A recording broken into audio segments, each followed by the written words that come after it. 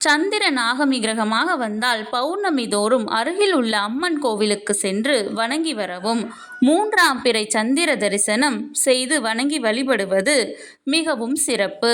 திங்கட்கிழமை தோறும் சந்திர ஓரையில் தலைக்கு குளித்துவிட்டு வீட்டு பூஜை அறையில் விளக்கேற்றி வழிபட்டு வரவும். மேலும் மாதந்தோறும் வரும் சந்திரனின் நட்சத்திரங்களான ரோகிணி, அஸ்தம், திருவோணம் ஆகிய நட்சத்திரங்கள் வரும் நாட்களில் அருகில் உள்ள அம்மன் கோவிலுக்கு சென்று அம்பாளை வணங்கி வரவும். திங்கட்கிழமை அன்று ஒரு நாள் மட்டும் அசைவம் சாப்பிடுவதை தவிர்க்கவும். இந்த வழிபாடுகளின் போது அம்பாளுக்கு வெள்ளை அள்ளி மலர் அல்லது வெள்ளை நிற பூக்கள் சாற்றி அரிசியால் செய்த இனிப்பை நெய்வேத்தியமாக படைத்து வழிபடுவது கூடுதல் சிறப்பு. மேற்கண்ட அனைத்து வழிபாடுகளையும் தொடர்ந்து மேற்கொண்டு வந்தால் உங்கள் அனைத்து குறைகளும் நீங்கி சகல சௌபாகியங்களும் கிடைக்கப் பெறுவீர்கள்.